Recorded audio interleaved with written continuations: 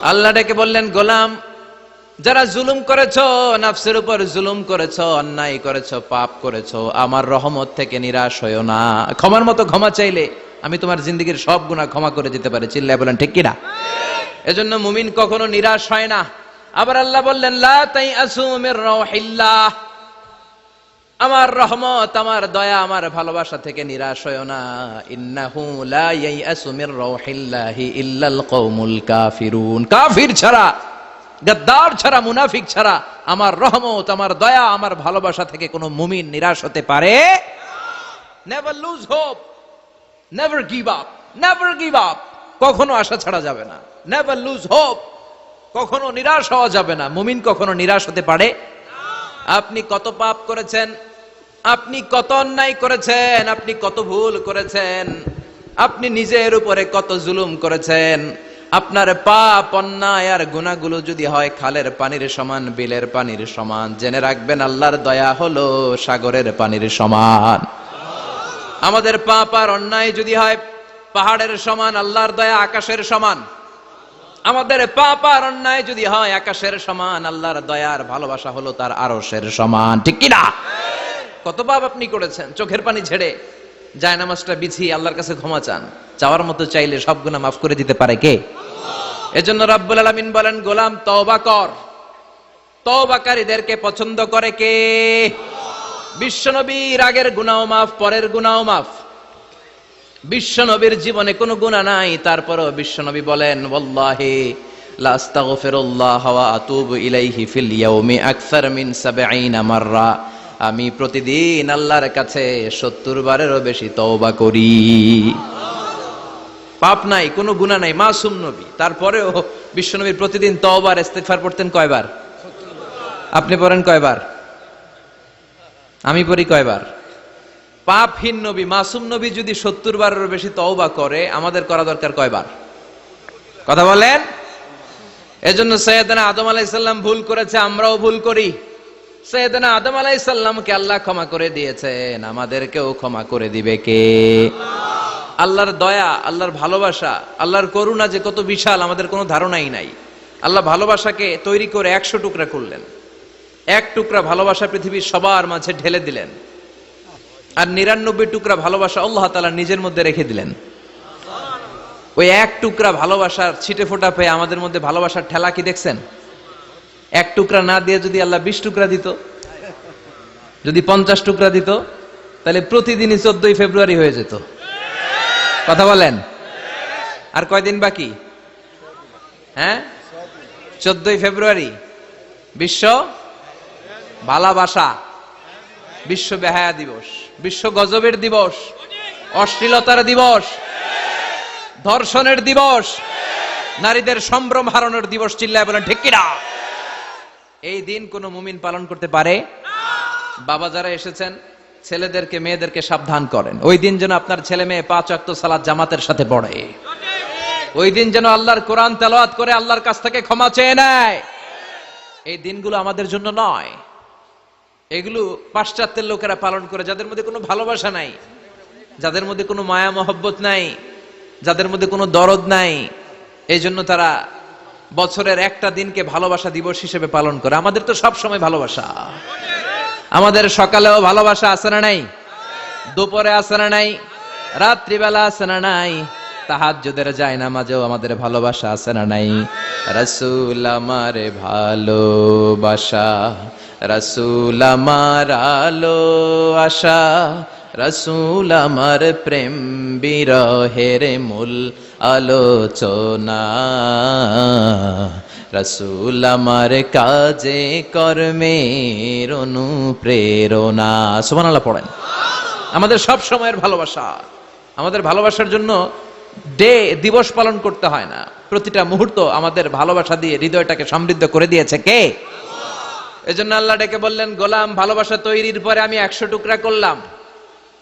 এক টুকরা ভালোবাসা বিশ্বের সব মানুষের মধ্যে ঢেলে দিলাম। ৯৯ টুকরা ভালোবাসা আমি আল্লাহ নিজের মধ্যে রেখে দিলাম। দেখেন, এক টুকরা ভালোবাসা পেয়ে আমাদের মধ্যে কত ভালোবাসাবাসী। ভালোবাসার গান আছে না নাই? নাটক আছে না নাই? উপন্যাস আছে না নাই? ভালোবাসার ফিল্ম আছে না নাই? আহা, হাজবেন্ডের জন্য ওয়াইফের ভালোবাসা, বন্ধুর জন্য বন্ধুর ভালোবাসা, আবার গার্লফ্রেন্ডের জন্য বয়ফ্রেন্ডের ভালোবাসা আছে না নাই? আমরা কি এই ভালোবাসা করব? ভালোবাসা সব হবে বিয়ের পরে। চিল্লায় বলেন ঠিক কিনা? আপনি আপনার হাত স্ত্রীর হাতের সাথে মিলালে 2 হাতের সগীরা গুনাহ মাফ করে দেয় কে?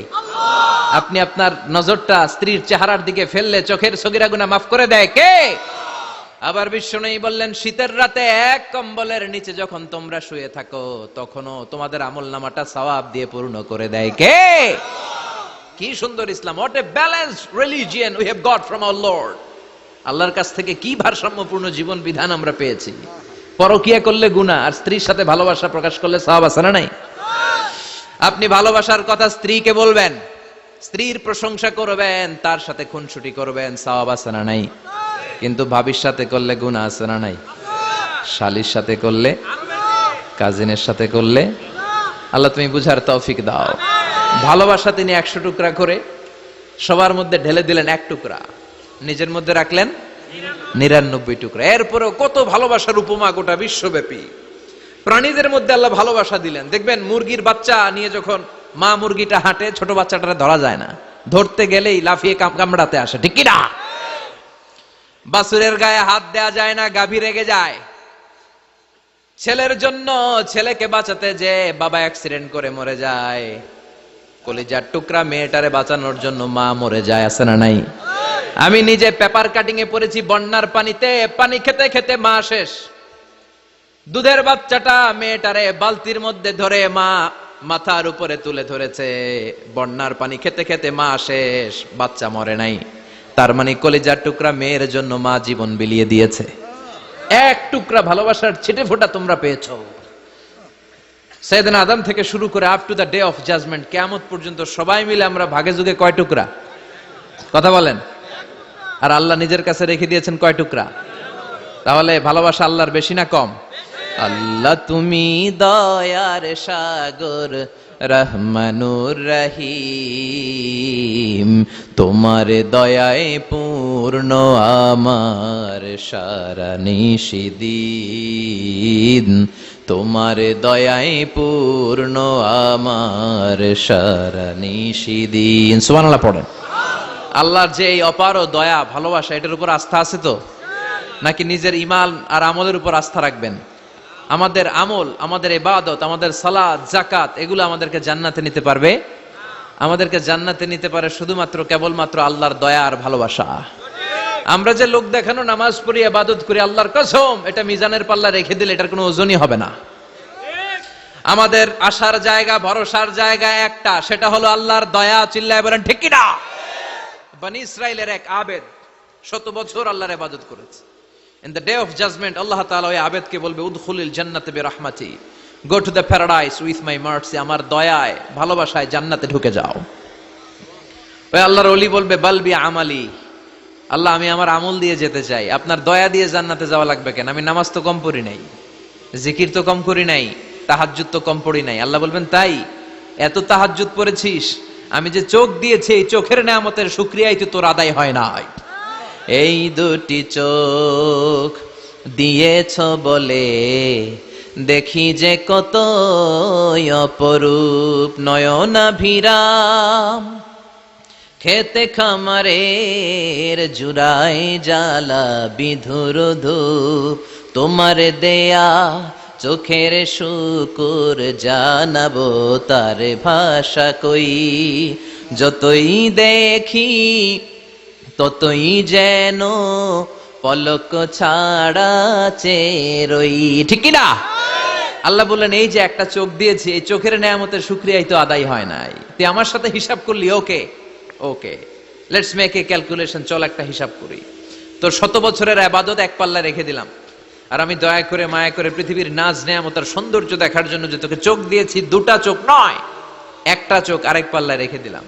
ওজন দেওয়ার পর দেখা যাবে মুহূর্তের মধ্যে চোখের পাল্লাটা ভারী হয়ে গেছে।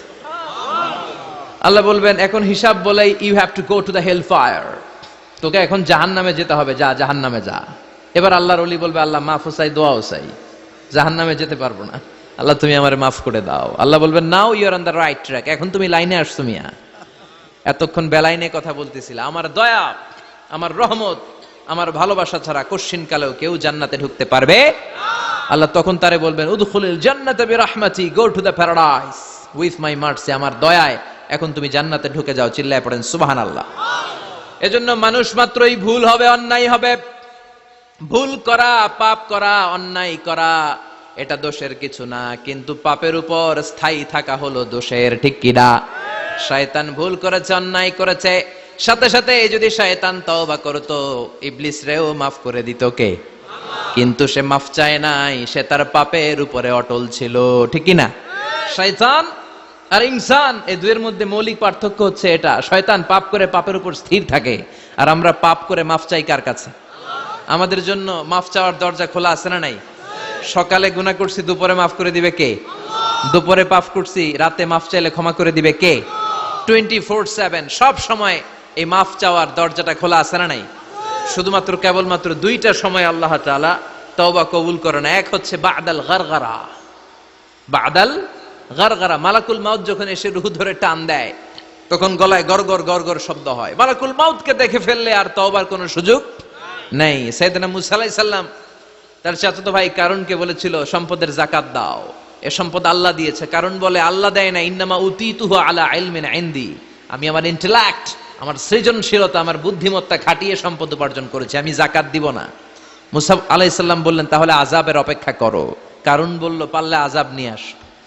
রব্বুল আলামিন বললেন ফাখাসাফনা বিহি ওয়া বিদারিহিল আরদ, ও মুসা নিরাপদ দূরত্বে তুমি সরে যাও, আমি এখনই কারুনকে তার সব সম্পদ সহ জামিনের মধ্যে দাবিয়ে দেব। কারণ তার সম্পদ সহ জামিনে দেবে যেতে লাগলো। আমি জায়গাটা নিজে দেখে এসেছি। মিশরের রাজধানী কায়রো থেকে 120 কিলো দূরে ফাইউম নামে একটা জেলা আছে, ওই জেলায় বহাইরা কারুন, কারুনের সব সম্পত্তি আল্লাহ জামিনে দাবিয়ে দিয়েছে। হাঁটু পর্যন্ত দেবে যায়, সে ভেবেছে আমি বেঁচে যাব, কোমর পর্যন্ত দেবে গিয়েছে বেঁচে যাব, গলা পর্যন্ত যখন দেবে গিয়েছে আর বাঁচার সুযোগ নাই। কারণ কয় মুসা সব সম্পত্তি তোরে আর তোর আল্লাহরে দিয়ে দিলাম, আমারে বাঁচা, আমারে বাঁচা, আমি তওবা করলাম। তখন কি তওবার সময় আছে? কথা কন। বাদাল গারগারা, মালাকুল মাউত যখন দেখে ফেলবেন তখন তওবার সুযোগ আছে? ফেরাউনেরও একই দশা। লোহিত সাগরের পানি খেতে খেতে ফেরাউনের পেটটা যখন এত বড় হয়ে যায়, ফেরাউন হাত তুলে বলে আনা মিনাল মুসলিমিন, আমি মুসলমান। আমি, এটা কোরআনের আয়াত কিন্তু, আনা মিনাল মুসলিমিন, বনি ইসরাইলরা যে আল্লাহর উপর ঈমান এনেছে, আমিও ফেরাউন সেই আল্লাহর গোলাম। আল্লাহ বলে দ্য টাইম ইজ আপ, সময় শেষ, এখন তোমার ঈমান কবুল করা হবে।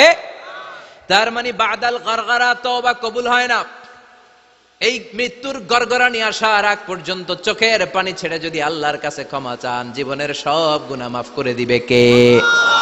শয়তান আল্লাহরে বলল মাবুদ এত জান্নাত বানিয়ে কি লাভ, আপনার একটা বান্দারও জান্নাতে ঢুকাতে পারবেন না, আমারে বানিয়েছেন জাহান্নামী, আমি আমার সর্বোচ্চ চেষ্টা দিয়ে আপনার সবগুলা বান্দারে জামাতে জাহান্নামে নিয়ে একসাথে ঢুকবো, পারলে জাহান্নাম আরো কয়েকটা বাড়িয়ে বানান।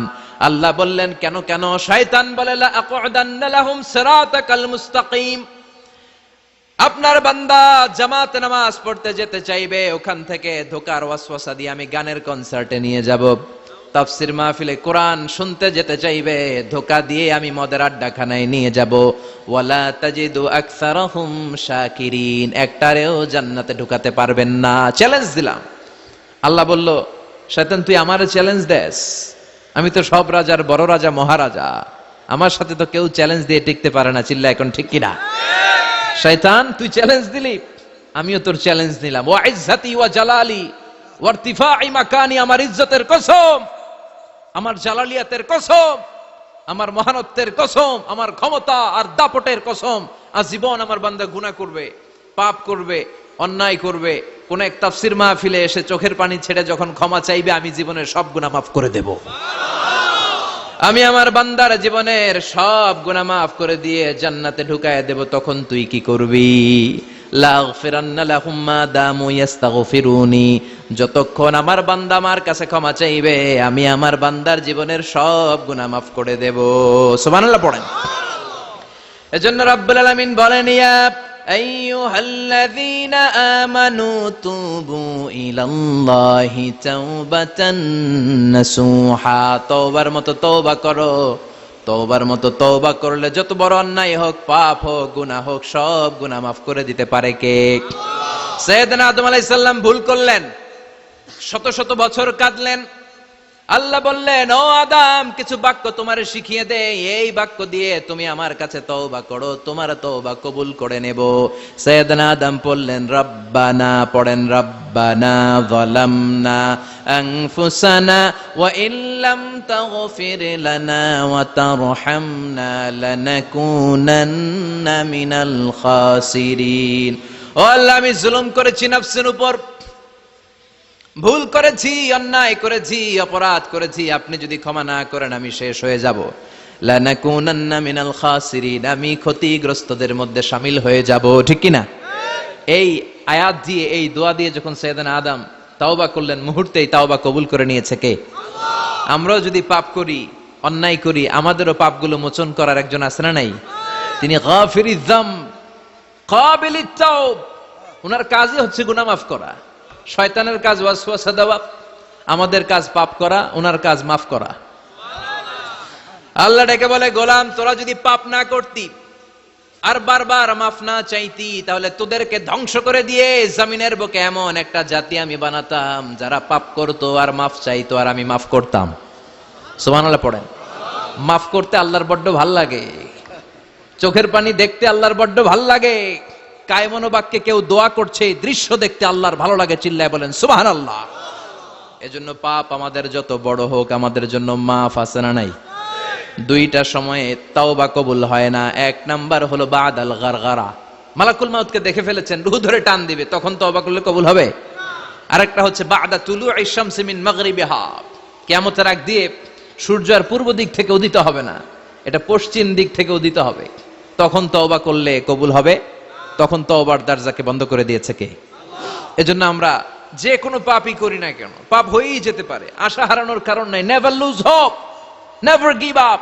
মুমিন কখনো আশা হারায় না, মুমিন কখনো নিরাশ হয় না। মুমিনের আশা ভরসা একটা সত্তার উপরে, চিৎকার করে বলতে হবে, তিনি কে? আল্লাহ। এজন্য পাপ হওয়ার সাথে সাথে আমরা তওবা করব কার কাছে?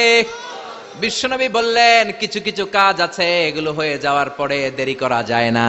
এক নম্বরে নামাজের ওয়াক্ত হলে দেরি করা যায় না, ঠিক কিনা? সালাত কায়েম করো, সালাত কায়েম করো, হবে সম্মানী তুমি, হবে জান্নাতি তুমি, হবে সম্মানী তুমি, হবে জান্নাতি তুমি, দিবে কাল হাসরে শীতল ছায়া আরশে আজিম, রব্বিয়াল আলা রব্বিয়াল আযীম, রব্বিয়াল আলা রব্বিয়াল আযীম। সুবহানাল্লাহ পড়েন। নামাজের সময় হওয়া মাত্র দেরি নাই। তাজহিজুল মাইয়িত, মারা গেলে লাশ রেখে দেয়া যায় না, তাড়াতাড়ি দাফন করে দাও। নামাজের সময় হলে নামাজ পড়ো, দেরি করো না। মানুষ মারা গেলে দাফন করতে দেরি করো না। বান্দা যদি পাপ করে ফেলে তওবা করতে দেরি করো। এজন্য পাপ করার সাথে সাথে তওবা করার দরকার আছে না নাই? এখন তওবা যে করব, কোন সিস্টেমে করব? কোন সিস্টেমে? ভুল হওয়া মাত্রই আপনি অনুতপ্ত হয়ে চোখের পানি ছেড়ে আল্লাহর কাছে মাফ চান, আল্লাহর কাছে ক্ষমা চান, এটার নামই তওবা। আমাদের দেশে হুজুর আইনা তওবা পড়ায়, আছে না নাই? আনন্দপুরে এগুলা নাই, আছে না?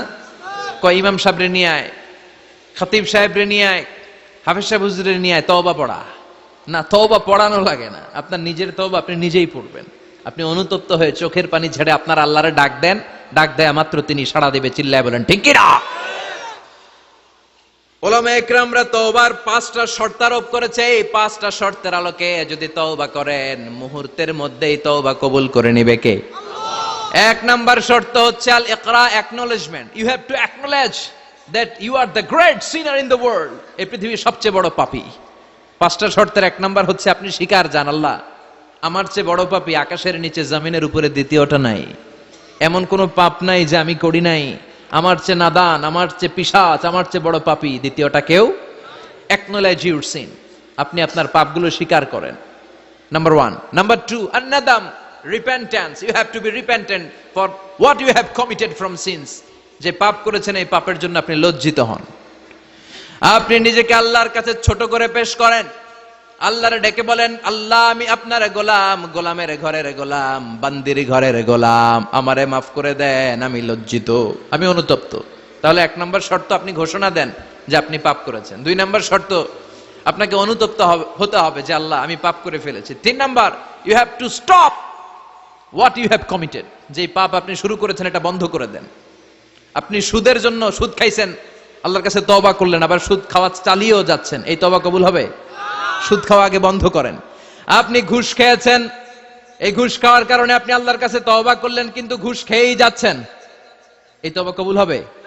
3 নাম্বার হচ্ছে you have to stop what you have committed, আপনি যেই পাপ করেছেন এটাকে বন্ধ করেন। 4 নাম্বার শর্ত you have to hate what you have committed, আপনি যেই পাপটা করেছেন এটাকে মন থেকে ঘৃণা করেন, ওইটারে মন থেকে ঘৃণা করতে হবে। 5 নাম্বার শর্ত হচ্ছে you have to determine that you never repeat this sin again, আল্লাহর কাছে ওয়াদা দেন, কমিটমেন্ট দেন যে আল্লাহ পারতপক্ষে আমার জীবনে আর এই কাজটা করব। এই 5টা শর্তের আলোকে তওবা করলে কবুল করবে কে? 1 নম্বরে স্বীকার জান আল্লাহ আমি পাপী, 2 নম্বরে অনুতপ্ত হন, 3 নম্বরে পাপ কাজটা বন্ধ করে দেন, 4 নম্বরে ওই পাপ কাজটাকে মন থেকে ঘৃণা করেন, 5 নম্বরে আল্লাহর কাছে ওয়াদা দেন আর জীবনেও এই পাপ করব না। এই 5টা শর্তের আলোকে যদি তওবা করেন আপনার তওবা কবুল করে নিবে কে? এজন্য যত পাপ যত অন্যায় আমরা করি না কেন, আমাদের এই পাপগুলো অন্যায়গুলো ক্ষমা করার একজন আছে না নাই? তিনি কে? এজন্য সব সময় তওবা করতে রাজি আছেন তো? প্রতিদিন শত শতবার তওবা করতে রাজি আছেন? প্রতিদিন শত শতবার ইস্তেগফার পড়তে রাজি আছেন? বিশ্বনবী প্রতিদিন 70 বারেরও বেশি ইস্তেগফার পড়তেন। শুধু টয়লেটে যে মুহূর্তে থাকতেন ওই মুহূর্তে পড়তেন না, টয়লেটে ঢোকার মুহূর্তে বিশ্বনবী ইস্তেগফার পড়তে পারতেন না, তাই টয়লেট থেকে বেরোয়েই তিনি ইস্তেগফার পড়তেন। তিনি পড়তেন গফরানাক। কি পড়তেন? গফরানাক মানে হলো আস্তাগফিরুল্লাহ। গফরানাক মানে কি? গফরানাক মানে আল্লাহ আমি আপনার ক্ষমা চাই, মানে আস্তাগফিরুল্লাহ। আবার বিশ্বনবী বলতেন মান লাযামাল ইস্তিগফার জাআলাল্লাহু লাহু মিন কুল্লি দিকিন মাখরাজা, যে ব্যক্তি সব সময় ইস্তেগফারের সাথে লেগে থাকে তাকে সব সময় বিপদ থেকে মুক্তি দিবে কে? আমাদের জীবনে বিপদ আছে না নাই? কত ধরনের বিপদ, যে কোনো সময় অসুস্থ হয়ে যেতে পারি, যে কোনো সময় দুর্ঘটনার কবলে পড়তে পারি, যে কোনো সময় গুম হয়ে যেতে পারি। কথা কন, এদেশে গুম টুম নাই মনে হয়, ক্রস ফায়ার নাই, কে কোন সময় গুম কে কোন সময় নাই কোনো ঠিক নাই। আল্লাহ বিশ্বনবী বললেন মান লাজিমাল ইস্তিগফার জাআলাল্লাহু লাহু মিন কুল্লি দিকিন মাখরাজা, সব সময় যে ইস্তেগফারের সাথে আঠার মতো লেগে থাকবে আল্লাহ তাআলা তাকে বিপদ থেকে সব সময় মুক্তি দান করবেন। সুবহানাল্লাহ পড়েন। 2 নম্বরে বিশ্বনবী বললেন অমিন কুল্লি হাম্মিন ফারাজা, ওই ব্যক্তিকে রব্বুল আলামিন সব ধরনের দুশ্চিন্তা থেকে মুক্তি দিয়ে দিবেন। আমাদের জীবনে দুশ্চিন্তা আছে না নাই? টেনশন নাই কার কার? হাত তোলেন তো, যে হুজুর আমার কোনো টেনশন নাই। আপনার টেনশন নাই, মাশাআল্লাহ। আমার সাথে দেখা করবেন আলোচনার পরে। টেনশন ছাড়া মানুষ আছে? বাসার টেনশন, মরার টেনশন, কবরের টেনশন, ক্যারিয়ারের টেনশন, বিদ্যুৎ বিলের টেনশন, গ্যাসের বিলের টেনশন, বাড়ি ভাড়ার টেনশন আছে না নাই? বিশ্বনবী বললেন টেনশন ছাড়া মানুষ নাই। সব সময় আঠার মতো যে ইস্তেগফারের সাথে লেগে থাকবে তাকে টেনশন মুক্ত করে দিবে কে? 3 নাম্বার ওয়ারযুকহু মিন হাইসু লা ইয়াহতাসিব, এমন জায়গা থেকে আল্লাহ তাআলা রিজিকের ব্যবস্থা করে দিবেন সে কল্পনাও করতে পারবে না। আমি নিজে এটার প্রমাণ পেয়েছি। অনেক অনেক সময় আমি কল্পনাও করি নাই যে এখান থেকে আমার রিজিকের ব্যবস্থা হতে পারে। এমন পরিমাণে রিজিকের ব্যবস্থা এসেছে 2 হাতে নিয়েও কুলাতে পারি নাই। এজন্য সব সময় চলতে ফিরতে উঠতে বসতে ইস্তেগফারের সাথে লেগে থাকার দরকার আছে না নাই? আবার বিশ্বনবী বললেন সদা সর্বদা যারা সব সময় ইস্তেগফার পড়বে আল্লাহর পক্ষ থেকে কোনো আযাব গজব তাদের উপর পাকড়াও হবে না। ওয়া মা কানাল্লাহু মুআযযিবাহুম ওয়া হুম ইস্তাগফিরুন। সুবহানাল্লাহ। যতক্ষণ তুমি ইস্তেগফার পড়বে আল্লাহর পক্ষ থেকে প্রোটেকশন আছে না নাই? তাহলে 4টা জিনিস পেলেন। 1 নম্বরে বিপদ থেকে মুক্তি দিবে কে? টেনশন মুক্ত করে দিবে কে? রিজিকের ব্যবস্থা করে দিবে কে? আল্লাহর আযাব আর গজব থেকে আপনার হেফাজতে রাখবে কে? ইস্তেগফার পড়ার 5 নাম্বার ফজিলত হচ্ছে সব সময় ইস্তেগফার পড়লে আপনি মুস্তাজাবুদ দাওয়া হয়ে যাবেন। কি হয়ে যাবেন? মানে দোয়া করলেই কবুল করবে কে? মুস্তাজাবুদ দাওয়া, এই টার্মিনোলজি, এই পরিভাষাটাকে আজকে প্রথম শুনলেন? খেয়াল রাখবেন, মুস্তাজাবুদ দাওয়া মানে এমন ব্যক্তি যেই ব্যক্তি দোয়া করতে দেরি কিন্তু দোয়া কবুল হতে দেরি হয় হাত তুলে দোয়া করতে দেরি, মুহূর্তেই দোয়া কবুল করে নেয় কে? আপনি যদি সব সময় ইস্তেগফারের আমলটা করেন, আপনারে মুস্তাজাবুদ দাওয়া বানিয়ে ফেলবে কে? আপনারা ইমাম আহমদ ইবনে হাম্বলের নাম শুনেছেন?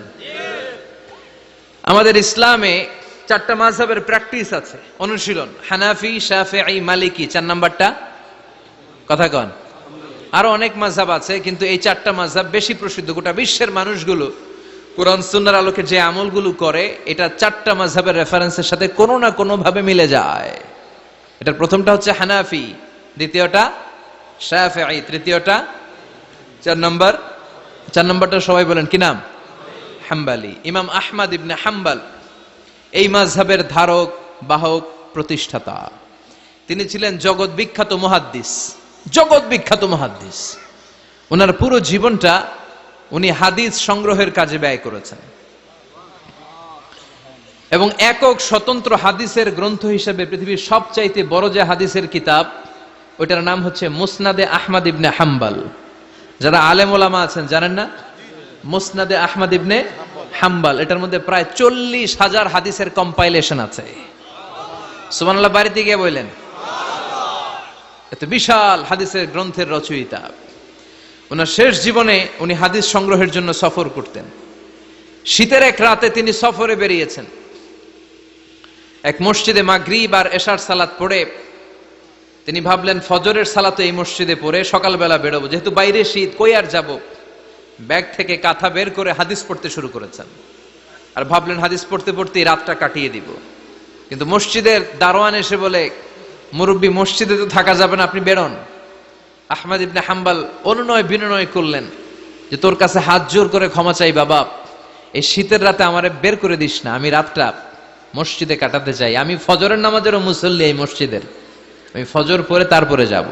দারোয়ান সে না ছোট বান্দা, সে বলে না, মসজিদে থাকতে পারবেন না, বেরোন। না বেরোলে গাট্টি সহ ঘাট ধাক্কা দিয়ে বের করে দেব। চিনতে পারে নাই যে এটা মুহাদ্দিসুদ দাহর, এ যুগের সর্বশ্রেষ্ঠ মুহাদ্দিস ইমাম আহমদ ইবনে হাম্বল। এখন উনি আর কি করবেন, কিছু করতে না পেরে ব্যাগ নিয়ে বের হয়ে গেলেন। প্রচন্ড শীতের রাতে, কনকনে শীতে তিনি কাঁপছেন। হাঁটতে হাঁটতে, চলতে চলতে হঠাৎ দেখলেন একটা বাজার। ওই বাজারে এক খাব্বাজ, রুটির দোকানদার, শাবুন খাব্বাজ, যুবক রুটি বানাচ্ছে। যে সালাম দিলেন, আসসালামু আলাইকুম। বাবা, শীতের রাতে বিপদে পড়েছি, যাওয়ার জায়গা নেই। তোমার যে চুলাতে তুমি রুটি বানাও, এই চুলার পাশে বসে যদি সারা রাত আমি কাটিয়ে দেই আর চুলা থেকে আগুন পোয়াই, তোমার কি কোনো ক্ষতি হবে? যুবক বলেন, না না, কোনো ক্ষতি হবে না। আহলান ওয়া সাহলান, আমার হাবান বিক, খোশ আমদেদ, এটা তো খুশ নসিব আমার। আপনি আগুন পোহালে আমার সমস্যা কি, আসেন। ইমাম আহমদ ইবনে হাম্বল যুবককে শুকরিয়া জানিয়ে, আল্লাহর শুকরিয়া করে চুলার পাশে বসে আবার হাদিস পড়তে লাগলেন। কিন্তু তিনি লক্ষ্য করলেন যে যুবকটা একটু পর পর আওয়াজ করে পড়ে আস্তাগফিরুল্লাহ। কি পড়ে? আটা দিয়ে রুটি বানায়, পড়ে আস্তাগফিরুল্লাহ। রুটির খামির বানায়, পড়ে আস্তাগফিরুল্লাহ। খামিরগুলো দলা বেঁধে গোল গোল করে সাজিয়ে রাখে, আর কি পড়ে? বেলুন দিয়ে এগুলোর বলে চুলার ভিতরে ঢুকায় দেয়, আর কি পড়ে? কেউ রুটি কিনতে আসলে তার হাতে রুটি তুলে দেয়, আর কি পড়ে? টাকা দিলে টাকা নিয়ে ক্যাশ বক্সে রেখে দিয়ে কি পড়ে? শুধু পড়ছে আস্তাগফিরুল্লাহ, আস্তাগফিরুল্লাহ। ইমাম আহমদ ইবনে হাম্বল তো অবাক, ঘটনা কি, এই যুবকের হলোটা কি? শুধু আস্তাগফিরুল্লাহ। তিনি হাদিসের কিতাবটা বন্ধ করে যুবককে জিজ্ঞেস করলেন, বাবা, আসার পর থেকেই দেখছি তুমি শুধুই পড়ছো আস্তাগফিরুল্লাহ, আস্তাগফিরুল্লাহ, আস্তাগফিরুল্লাহ, ঘটনাটা কি? কেন এত তুমি ইস্তেগফার পড়ো?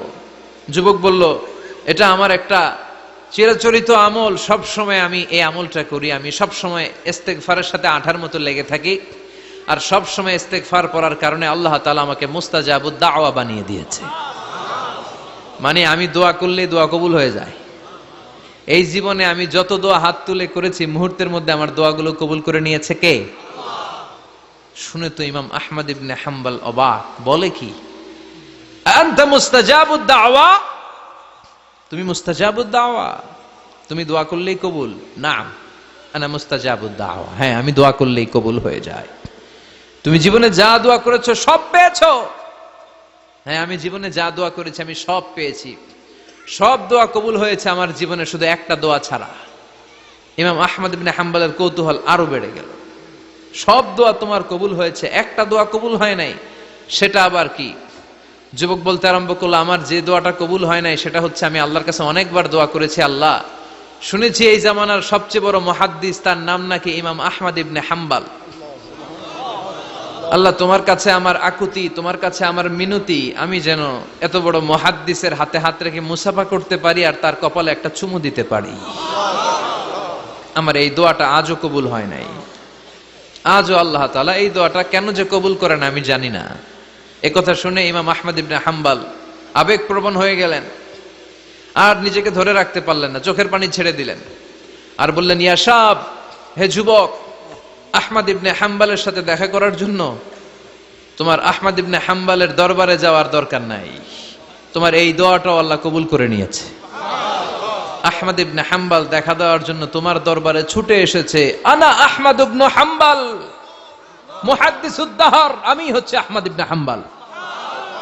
যুবক নিজেকে ধরে রাখতে পারে না, চোখের পানি ছেড়ে দিয়ে ওই যুগের সবচাইতে বড় মুহাদ্দিসকে জড়িয়ে ধরে হাতের মধ্যে হাত রেখে মুসাফা করে আহমদ ইবনে হাম্বলের কপালে চুমুকে দেয় আর আহমদ ইবনে হাম্বলের কাছে দোয়া চেয়ে বলল, ইমাম, রব্বুল আলামিন আমার জীবনের কোন দোয়া আজকে আর বাকি রেখে দেন নাই, এই যে দোয়াটা বাকি ছিল এই দোয়াটাও আল্লাহ কবুল করে নিয়েছে। এই দোয়াটাও কবুল, মুস্তাজাবুদ দাওয়া। আপনি সব সময় যদি ইস্তিগফারের সাথে আঠার মতো লেগে থাকতে পারেন, আপনি দোয়া করা মাত্র দোয়া কবুল করে নেবে কে? এজন্য সব সময় অবসরে বসে আছেন, বাস স্টেশনে বসে আছেন, সিএনজিতে চড়ে এক জায়গা থেকে আরেক জায়গায় যাচ্ছেন, বিছানায় শুয়ে আছেন, পড়বেন আস্তাগফিরুল্লাহ। কি পড়বেন? প্রাণ খুলে মন থেকে আওয়াজ করে সবাই পড়েন আস্তাগফিরুল্লাহ। আবারও পড়েন আস্তাগফিরুল্লাহ, চিল্লায় পড়েন আস্তাগফিরুল্লাহ। বিশ্বনবী ইস্তিগফারের অনেকগুলো আলফাজ শিখিয়েছেন, সবচেয়ে সহজ যেটা শিখিয়েছেন সেটার নাম হলো আস্তাগফিরুল্লাহ। বিশ্বনবী জামাতে সালাত শেষে সালাম ফিরিয়ে আওয়াজ করে পড়তেন আল্লাহু আকবার, তারপরে 3 বার পড়তেন আস্তাগফিরুল্লাহ, আস্তাগফিরুল্লাহ, আস্তাগফিরুল্লাহ। পড়ার দরকার আছে না নাই? পড়তে রাজি আছেন তো? সালাম ফেরানোর পরে কি পড়বেন? নাকি দোয়া করার জন্য পাগল হয়ে যাবেন? আল্লাহুম্মা আমিন ইয়া আরহামার রাহিমিন, আছে না নাই? পাগল হয়ে যায় দোয়া করার জন্য, কিন্তু তাসবিহগুলো পড়তে চায় না। বিশ্বনবী লম্বা তাসবিহ পড়তেন, সালাম ফেরানোর পরেই আস্তাগফিরুল্লাহ। পড়তে রাজি আছেন? আবার বিশ্বনবী বললেন, যে ব্যক্তি পড়বে আস্তাগফিরুল্লাহ আল্লাযী লা ইলাহা ইল্লা হুয়াল হাইয়ুল কাইয়্যুম ওয়া আতুবু ইলাইহি, যুদ্ধের ময়দান থেকে যদি কেউ পালিয়ে যায় তার কোনো মাফ নাই। এটা অনেক বড় কবিরা গুনাহ। আত-তাওয়াল্লি মিন ইয়াউমিজ যাহাফ, যুদ্ধের ময়দান থেকে পালালে ওর কোনো মাফ নাই। বিশ্বনবী বলেন, যুদ্ধের ময়দান থেকে পালিয়ে এসেছে কোন মুসলিম সৈনিক, সেও যদি এই আস্তাগফিরুল্লাহ আল্লাযী লা ইলাহা ইল্লা হুয়াল হাইয়ুল কাইয়্যুম ওয়া আতুবু ইলাইহি মন থেকে পড়ে, তার জীবনের গুনাহ আল্লাহ মাফ করে দিবে। আবার সাইয়েদনা আবু বকর, সহিহ বুখারীর বর্ণনা, বিশ্বনবীরে বললেন, ইয়া রাসূলুল্লাহ আল্লিমনি দুআআন আদউ বিহি ফি সালাতি, ও নবী আপনি আমারে এমন একটা দোয়া শিক্ষা দেন যেই দোয়াটা আমি নামাজের মধ্যে করব। বিশ্বনবী বললেন, তুমি নামাজের মধ্যে পড়ো, আল্লাহুম্মা ইন্নী যালামতু নাফসি যুলমান কাসীরা ওয়া লা ইয়াগফিরুয যুনুবা ইল্লা আনতা ফাগফিরলি মাগফিরাতাম মিন ইনদিকা ইন্নাকা আনতাল গফুরুর রহিম। সুবহানাল্লাহ। এটারে আমরা বলি দোয়ায়ে মাসুরা, এটাও একটা ইস্তিগফার। যেখানেই ক্ষমা চাওয়ার কথা আছে ওইটাই ইস্তিগফার। বুঝতে পেরেছেন? আল্লাহুম্মা ইন্নী যালামতু নাফসি, ও আল্লাহ অনেক জুলুম করেছি, যুলমান কাসীরা, জুলুমের শেষ নাই। ওয়া লা ইয়াগফিরুয যুনুবা ইল্লা আনতা, আপনি ছাড়া এই জুলুম আর পাপ ক্ষমা করার কেউ নাই। ফাগফিরলি মাগফিরাতাম মিন ইনদিক, নিজ গুণে আমার গুনাহ ক্ষমা করে দেন।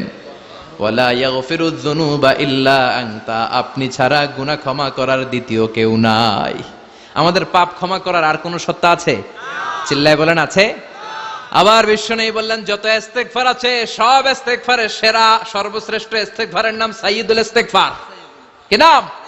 সহিহ বুখারীর বর্ণনা, শাদ্দাদ ইবনে আউস রাদিয়াল্লাহু তাআলা আনহু বর্ণনা করে বলেন, কেউ যদি দিনের বেলা একবার সাইয়্যিদুল ইস্তিগফার পড়ে, ওই দিন যদি লোকটার মৃত্যু হয়ে যায়, মুহূর্তের মধ্যে লোকটারে জান্নাতি ঘোষণা দিয়ে দিবে কে? রাত্রি বেলা যদি কেউ সাইয়্যিদুল ইস্তিগফার একবার পড়ে, ওই রাতে ইন্তেকাল হলে তার জীবনের সব গুনাহ মাফ করে দিয়ে ওই লোকটারেও জান্নাতি করে দিবে কে? দিনে যদি সাইয়্যিদুল ইস্তিগফার একবার পড়েন, ওই দিনে ইন্তেকাল করলে আপনি জান্নাতি। রাতে যদি সাইয়্যিদুল ইস্তিগফার কেউ পড়েন, ওই রাতে ইন্তেকাল হলে আপনি জান্নাতি। এটা সহিহ বুখারীর বর্ণনা। সব ইস্তিগফারের রাজা, শ্রেষ্ঠ ইস্তিগফার মুখস্থ আছে না? কার কার মুখস্থ আছে? হাত তুলেন। সাইয়্যিদুল ইস্তিগফার মুখস্থ আছে কার? মাশাআল্লাহ, তাবারাকাল্লাহ। এটা আপনাদের বাড়ির কাজ দিলাম। যাদের মুখস্থ নাই তারা গুগলে সার্চ করবেন সাইয়্যিদুল ইস্তিগফার, লেখা মাত্রই পেয়ে যাবেন। বইতে আছে, বিভিন্ন ইসলামিক দোয়ার বইতে আছে। গুগলে, ইউটিউবে সার্চ দিলে পেয়ে যাবেন। এই সাইয়্যিদুল ইস্তিগফার প্রতিটা মুমিনের অন্তরে থাকার দরকার আছে না নাই? আল্লাহুম্মা আনতা রাব্বি লা ইলাহা ইল্লা আনতা খালাকতানি ওয়া আনা আবদুক ওয়া আনা আলা আহদিকা ওয়া ওয়া'দিকা মাস্তাতা'তু আউযু বিকা মিন শাররি মা সানা'তু আবুউ লাকা বিনি'মাতিকা আলাইয়া ওয়া আবুউ লাকা বিযামবি ফাগফিরলি ফাইন্নাহু লা ইয়াগফিরুয যুনুবা ইল্লা আনতা। সুবহানাল্লাহ পড়েন। এটার নাম সাইয়্যিদুল ইস্তিগফার। এটার নাম কি? কত হাবিজাবি দোয়া যে বানায় বানায় পড়ে তার শেষ নাই। বিশ্বনবী যেই দোয়াগুলো শিখাইয়া দিলেন, এগুলো পড়তে সালাত শেষে 1 ঘন্টা সময় লাগবে আপনার। 1 ঘন্টার আগে মুসল্লা থেকে ওঠার কোনো সুযোগ নাই। চিল্লায় বলেন ঠিক কিনা? বিশ্বনবী সালাম ফিরিয়ে আওয়াজ করে পড়তেন আল্লাহু আকবার, 3 বার পড়তেন আস্তাগফিরুল্লাহ, 33 বার সুবহানাল্লাহ, 33 বার আলহামদুলিল্লাহ, 33 বার আল্লাহু আকবার। এরপরে পড়তেন লা ইলাহা ইল্লাল্লাহু ওয়াহদাহু লা শারীকা লা লাহুল মুলকু ওয়া লাহুল হামদু ওয়া হুয়া আলা কুল্লি শাইইন কাদির। সুবহানাল্লাহ পড়েন। একবার আয়াতুল কুরসি পড়তেন। মান খারাপ আয়াতুল কুরসি দুবুরা কুল্লি সালাতিন মাকতুবাতিন লাম ইয়ামনাহু মিন দুখুলিল জান্নাতি ইল্লাল মাউত। আয়াতুল কুরসি মুখস্থ না সবার? প্রত্যেক ফরজ সালাতের পরে কেউ যদি একবার আয়াতুল কুরসি পড়ে, তার জান্নাতে ঢোকার ক্ষেত্রে আর কোনো বাধা নাই, একটা জিনিস ছাড়া, সেটা হলো মরণ, মৃত্যু। লোকটা মরে না তাই জান্নাতে যায় না, মরলেই জান্নাতি। আয়াতুল কুরসি পড়বেন তো? সালাত শেষে বিশ্বনবী বলতেন আল্লাহুম্মা ইন্না নাসআলুকাল হুদা ওয়াত তুকা ওয়াল আফাফা ওয়াল গিনা আল্লাহুম্মা আ'ইন্না আলা যিকরিকা ওয়া শুকরিকা ওয়া হুসনি ইবাদাতিক আল্লাহুম্মা লা মানিআ লিমা আ'তাইতা ওয়া লা মু'তিয়া লিমা মানআতা ওয়া লা ইয়ানফা'ু যাল জাদ্দি মিনকাল জাদ আল্লাহুম্মা হাব্বিব ইলাইনাল ঈমান ওয়া যায়্যিনহু ফি কুলুবিনা ওয়া কাররিহ ইলাইনাল কুফরা ওয়াল ফুসুক ওয়াল ইসয়ান ওয়াজআলনা মিনার রাশিদিন। সুবহানাল্লাহ পড়ে। অভাব নাই, সহি দোয়ার অভাব নাই। এগুলো থুইয়া বানায় বানায় আন্দাজে মান্দাজে দোয়া কালাম পড়ে। এজন্য মাসনুন যে দোয়াগুলো আছে এগুলো পড়বেন তো? সাইয়্যিদুল ইস্তিগফার মুখস্থ করবেন? কথা দিছেন তো? কথা দিছেন? কারা কারা মুখস্থ করবেন হাত তুলে আমারেন আল্লাহর দেখান। রাজি আছে মুসলমান? আল্লাহ সবাইকে কবুল করুন। আমরা পড়ি আমিন। আবার আল্লাহ বললেন ওয়াল মুস্তাগফিরিনা বিল আসহার, ওয়াল মুস্তাগফিরিনা বিল আসহার। আমার প্রিয় বান্দারা শেষ রাতে চোখের পানি ছেড়ে তাহাজ্জুদের নামাজে যায়, নামাজ ভিজায়, আর শেষ রাতে ইস্তিগফার পড়ে, ঠিক কিনা? তাহাজ্জুদের যায় নামাজে মরণ দিও প্রভু আমায়, একামতে দিনের কাজে কবুল করে নিও আমায়। তাহাজ্জুদের যায় নামাজে মরণ দিও প্রভু আমায়, একামতে দিনের কাজে কবুল করে নিও আমায়। সুবহানাল্লাহ পড়েন। যেই নবীর কোনো পাপ নাই, যেই নবীর কোনো অন্যায় হয় নাই, গুনাহ হয় না, ওই নবীকেও আল্লাহ ইস্তিগফার করার অর্ডার করেছেন। রব্বুল আলামিন বলেন ফাসাব্বিহ বিহামদি রাব্বিকা ওয়াস্তাগফিরহু ইন্নাহু কানা তাওয়াবা। ফাসাব্বিহ, নবী তাসবিহ পড়েন, বিহামদি রাব্বিকা, রবের নামে, রবের প্রশংসার তাসবিহ পড়েন, ওয়াস্তাগফিরহু, তার কাছে ক্ষমা চান, ইস্তিগফার পড়েন। ওয়াস্তাগফিরহু, ফাসাব্বিহ বিহামদি রাব্বিকা ওয়াস্তাগফিরহু। নবী আপনি ইস্তিগফার পড়েন। যে নবীর কোনো গুনাহ নাই, ওই নবীকে যদি আল্লাহ ইস্তিগফার পড়ার অর্ডার করতে পারেন, আমাদের ইস্তিগফার পড়ার দরকার আছে না নাই? প্রতিদিন কম করে 100 বার ইস্তিগফার পড়বো। কয়বার? চিল্লায় বলেন কয়বার? আওয়াজ করে সবাই আবার পড়েন আস্তাগফিরুল্লাহ, আর জোরে পড়েন আস্তাগফিরুল্লাহ। এজন্য পাপ হোক, অন্যায় হোক, শয়তানের ওয়াসওয়াসায় পড়ে নামাজ ছেড়ে দিয়েছি, মিথ্যা কথা বলেছি, আব্বা আম্মার সাথে বেয়াদবি করেছি, জুলুম করেছি, মুহূর্তেই চোখের পানি ঝেড়ে 2 রাকাত নামাজ পড়ে তওবা করে ইস্তেগফার পড়ে ক্ষমা চাইবো কার কাছে? চিল্লায় বলেন কার কাছে? এগুলো হচ্ছে মুমিনের হাতিয়ার। এই তাওবা, এই ইস্তেগফার, this is the weapon of believers. এগুলো বিশ্বাসীদের হাতিয়ার। তলোয়ার, ড্রোন হামলা, মিসাইল, AK-47 এগুলো আমাদের হাতিয়ার নয়। আমাদের আসল হাতিয়ার হচ্ছে তওবা, আমাদের আসল হাতিয়ার হচ্ছে ইস্তেগফার, আমাদের আসল ওয়েপন হচ্ছে জিকির। চিল্লায় বলেন ঠিক কিনা? আর জিকিরটা হতে হবে একজনের নামে। চিল্লায় বলেন তিনি কে? ওয়াযকুর রাব্বাকা ফি নাফসিকা তাদাররুআ ওয়া খীফা ওয়া দুনাল জাহরি বিল কওলি বিল গুদুমি ওয়াল আসাল ওয়া লা তাকুম মিনাল গাফিলিন। আল্লাহ বললেন ওয়াযকুর রাব্বাকা ফি নাফসিকা তাদাররুআ ওয়া খীফা, আল্লাহর জিকির করো, আল্লাহর নাম জপো মনে মনে, বিনয়ের সাথে, গোপন ভাবে, চিৎকার চেঁচামেচি করো না। কিন্তু আমাদের জিকিরের ভেতরে চিৎকার চেঁচামেচি আছে না নাই? আমরা মাহফিলের মধ্যে মাঝে মাঝে লা ইলাহা ইল্লাল্লাহর জিকির করাই না আওয়াজ করে। এটা হচ্ছে তালিমান, তালিমের জন্য জায়েজ আছে, কিন্তু শ্রেষ্ঠ জিকির হচ্ছে একা একা জিকির করা। আল্লাহ বললেন তাদাররুআ ওয়া খীফা, কোরআনের আয়াত, তাদাররুআ ওয়া খীফা, with full of humility and humbleness, বিনয়ের সাথে জিকির করো। খীফা, গোপনে গোপনে। দুনাল জাহারি বিল কওল, চিৎকার না করে। কিন্তু চিৎকার করে লাফিয়ে লাফিয়ে জিকির করা দেশে আছে না নাই? কথা বলেন। ইন্নাল্লাহা জামিল ওয়া ইউহিব্বুল জামাল, আল্লাহ নিজে সুন্দর আর সব সুন্দরকে আল্লাহ পছন্দ করেন। দেখবেন এদেশে কিছু জিকির আছে ওইটার মধ্যে আল্লাহর নাম বোঝা যায় না, আছে না নাই? হুই হাই করে লাফালাফি করে, এই যে হুই হুই হুই হুই যে করে, এই হুই হুই এর মধ্যে আল্লাহর নাম আছে? কথা কন। যেই শব্দে আল্লাহর নাম নাই ওটা দিয়ে জিকির করা যাবে? কত ধরনের ভয়ঙ্কর জিকির। আবার জিকিরও করে বাঁশের উপরও লাফায়।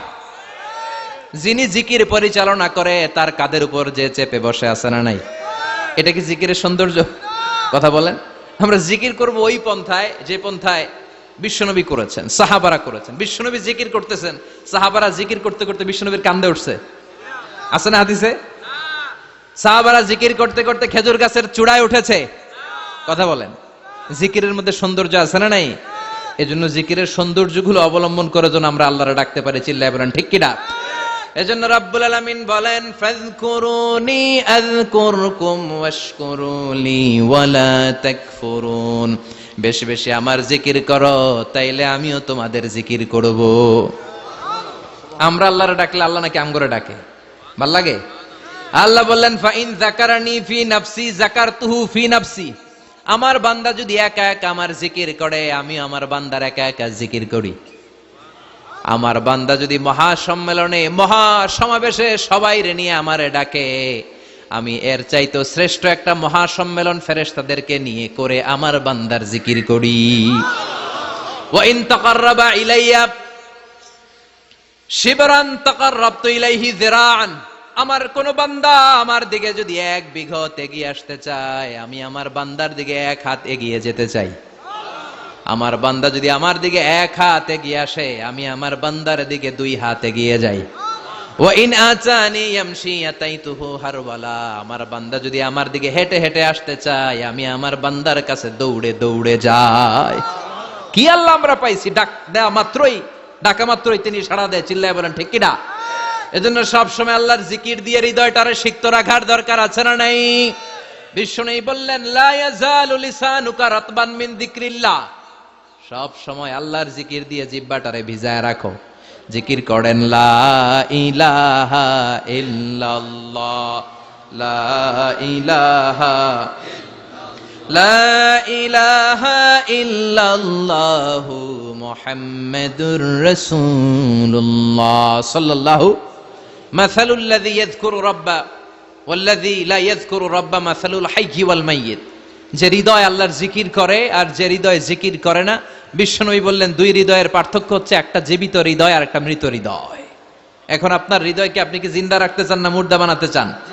আবার আল্লাহ বললেন আলা বিযিকিরিল্লাহি তাতমাইন্নুল কুলুব, দুনিয়ার কোন জিনিস দিয়ে কলবের পরিচ্ছন্নতা হয় না। দুনিয়ার কোন জিনিস দিয়ে কলব পরিচ্ছন্ন হয় না, কলবের খাদ্য হয় না। কলবের খাদ্য হয় একটা জিনিস দিয়ে, সেটা কি? আল্লাহর জিকির। এজন্য কলবের মধ্যে কি বসাবেন? নাকি আয়না? আয়না বসাইয়া দে মোর কলবের ভিতর বাবারে। কথা কন। আয়না বসাইতে চাই, আছে না নাই? তোর বাবার কলবেই তো আয়না নেই, তোরে কি আয়না দিব? বিশ্বনবী কলবে আয়না বসাইছে? সাহাবারা আয়না বসিয়েছে? আবু হানিফা কলবের ভেতরে আয়না বসিয়েছে? ইমাম শাফিঈ কলবে আয়না বসিয়েছে? কলবে আল্লাহর জিকির ছাড়া কোনো আয়না ফায়না বসানো চলবে না। চিৎকার করে বলেন ঠিক কিনা? আবার বিশ্বনবী বললেন আফদালুয যিকরি লা ইলাহা ইল্লাল্লাহ। জিকিরের জগতে যত জিকির আছে শ্রেষ্ঠ জিকির হলো লা ইলাহা ইল্লাল্লাহ। মান ক্বালা লা ইলাহা ইল্লাল্লাহ সিদকান মিন কলবিহি দাখালাল জান্নাহ। ঈমানের সাথে ইখলাসের সাথে একবার কেউ যদি লা ইলাহা ইল্লাল্লাহ পড়ে তার জন্য জান্নাতকে ওয়াজিব করে দিবে কে? এটার নাম কালিমাতে তাইয়্যিবা। কি নাম? দারাবাল্লাহু মাসালান কালিমাতান তাইয়্যিবাতান কাশাজারাতিন তাইয়্যিবা আসলুহা সাবিতুন ওয়া ফারউহা ফিস সামা। এই লা ইলাহার নাম আল্লাহ দিলেন কালিমায়ে তাইয়্যিবা। কি নাম? কথা কোন? ঝিনুকের ভেতর লুকিয়ে থাকে যেমন মতি, ঝিনুকের ভেতর লুকিয়ে থাকে যেমন মতি, কালমা শাহাদাতে আছে আল্লাহর জ্যোতি, কালমা শাহাদাতে আছে আল্লাহর জ্যোতি। পড়েন সবাই। ঝিনুকের ভেতর লুকিয়ে থাকে যেমন মতি, ঝিনুকের ভেতর লুকিয়ে থাকে যেমন মতি, কালমা শাহাদাতে আছে আল্লাহর জ্যোতি, কালমা শাহাদাতে আছে আল্লাহর জ্যোতি। সুবহানাল্লাহ পড়েন। তাহলে জিকিরের জগতে সবচেয়ে শ্রেষ্ঠ জিকিরের নাম চিল্লায় বলেন কি নাম? সাইয়েদনা মুসা আলাইহিস সালাম আল্লাহর ডেকে বললেন মাবুদ। সহিহ ইবনে হিব্বান, মুস্তাদরাকে হাকিম দুইটা সহিহ হাদিসের গ্রন্থে হাদিসটা এসেছে। সাইয়েদনা আবু সাঈদ আল খুদরি হাদিসের বর্ণনাকারী। বিশ্বনবী বললেন মুসা আলাইহিস সালাম আল্লাহর ডেকে বললেন আল্লাহ আল্লিমনি কালিমাতান আদউ বিহা। ও আল্লাহ এমন একটা স্পেশাল জিকির আপনি আমারে শিক্ষা দেন, এই জিকির দিয়ে আমি আপনারে ডাকবো। এই জিকিরটা জানবে শুধু আমি আর জানবেন আপনি, দুনিয়ার কেউ জানবে না।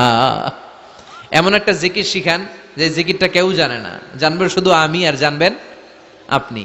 কথা শুনতেছেন? প্রশ্ন করছে কে? হ্যাঁ, আল্লাহ প্রশ্ন করছে। প্রশ্ন করেছে কে? মুসা আলাইহিস সালাম। করেছে কার কাছে? শ্রেষ্ঠ একটা জিকির শিখায় দেন যেটা শুধু আমি করবো আর কেউ করতে পারবেন। আল্লাহ বললেন মুসা পড়ো লা ইলাহা। মুসা আলাইহিস সালাম বললেন আল্লাহ জিজ্ঞেস করলাম কি আর কইলেন কি?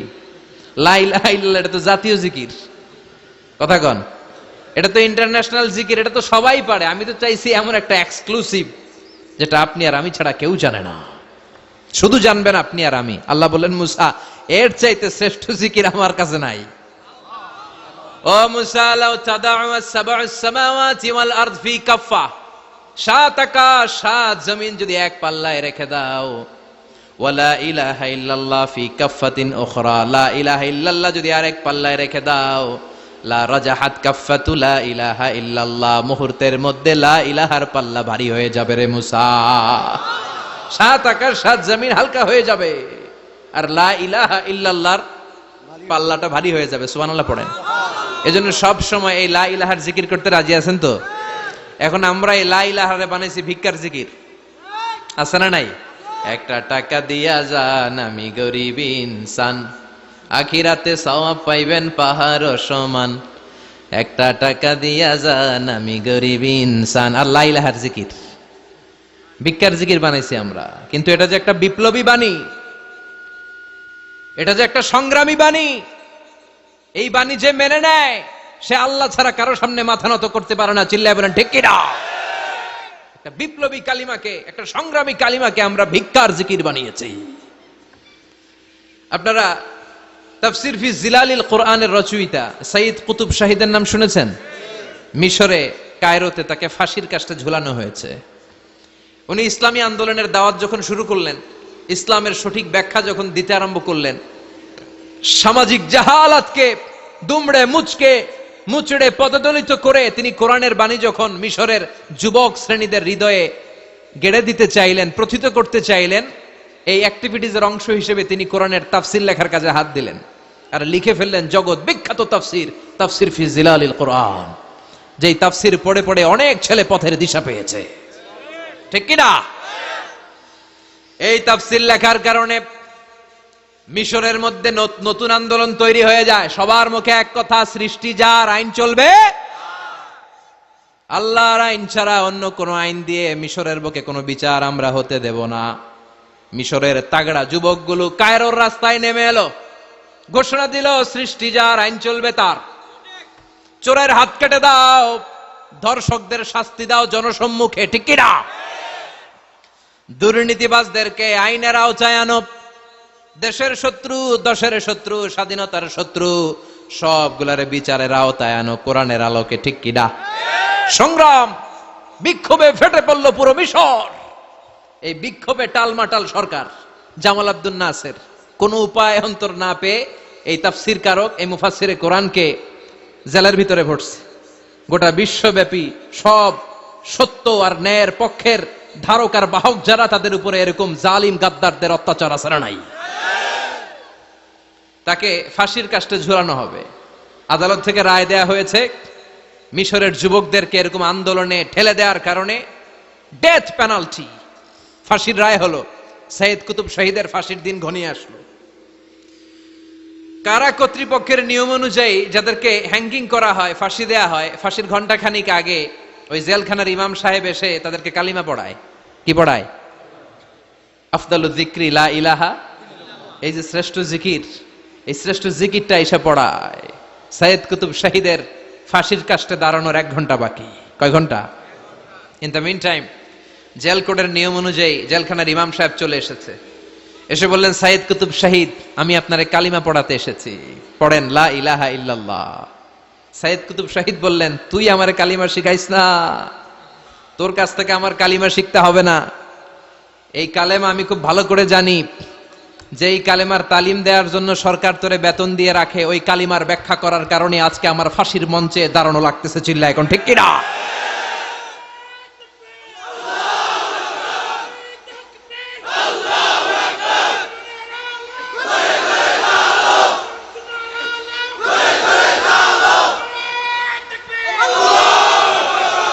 একই কালেমার তালিম তুমি দাও, তোমার টাকার বান্ডিল দেয়, আর ওই কালেমার এক্সপ্লেনেশন, ব্যাখ্যা আমি সমাজে দিয়েছি তাই আমারে ফাঁসি দেয়। তার মানে তোর কালেমা আমার কালেমা দুইটা আলাদা কালেমা, তোর কালেমা আমার কালেমা এক কালেমা না। চিল্লা এখন ঠিক কিনা? তার মানে কালেমায় আর কালেমায় পার্থক্য আছে না নাই? ইমানে ইমানে পার্থক্য আছে না নাই? আলহামদুলিল্লাহ, আরেকটা হচ্ছে লা ইলাহা ইল্লাল্লাহ, আরেকটা হচ্ছে আল্লাহু আকবার। এই চারটার চেয়ে শ্রেষ্ঠ জিকির আর নাই। কথা বলেন, এটার এই চারটার ভিতরে ইল্লাল্লাহ আছে? কথা বলেন। এজন্য জিকিরকে আমরা খণ্ডিত করব না। ঠিক যেমন যেমন সহিহ সুন্নাহ এসেছে তেমন তেমন জিকির করলে আপনার কলিজাটারে ঠান্ডা করে দিবে কে? ইল্লাল্লাহর ব্যাখ্যা থাকতে পারে, অনেকে ব্যাখ্যা করে যে এটার মধ্যে লা ইলাহা আছে, এটাকে গোপন রাখা হয়েছে, আমরা ইল্লাল্লাহ পড়ি না, ওটার দরকার নাই।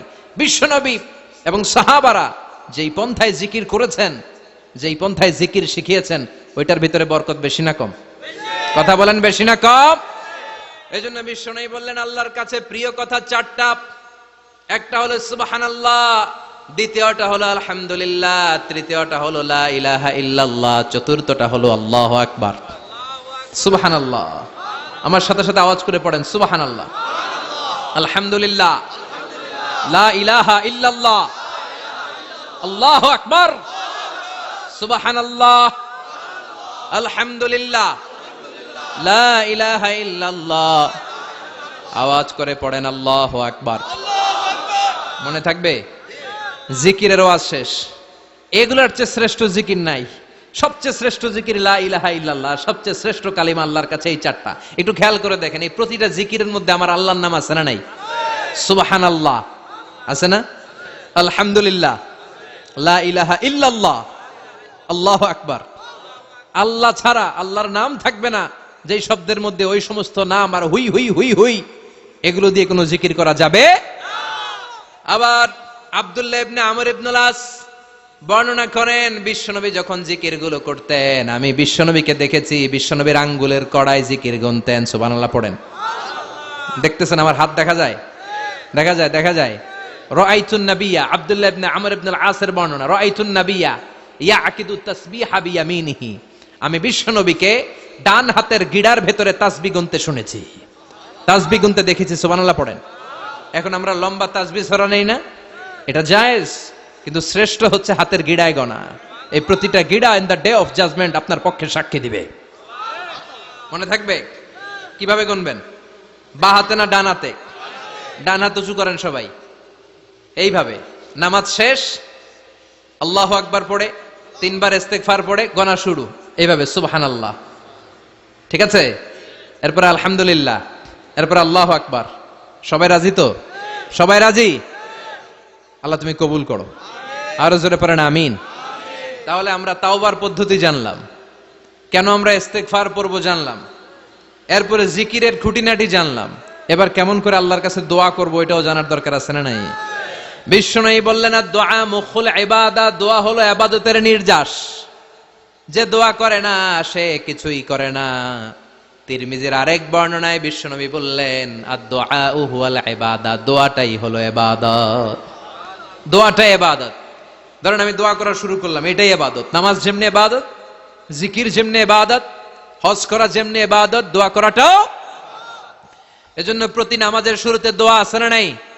সূরাতুল ফাতিহার আরেক নাম সূরাতুদ দোয়া, দোয়ার সূরা।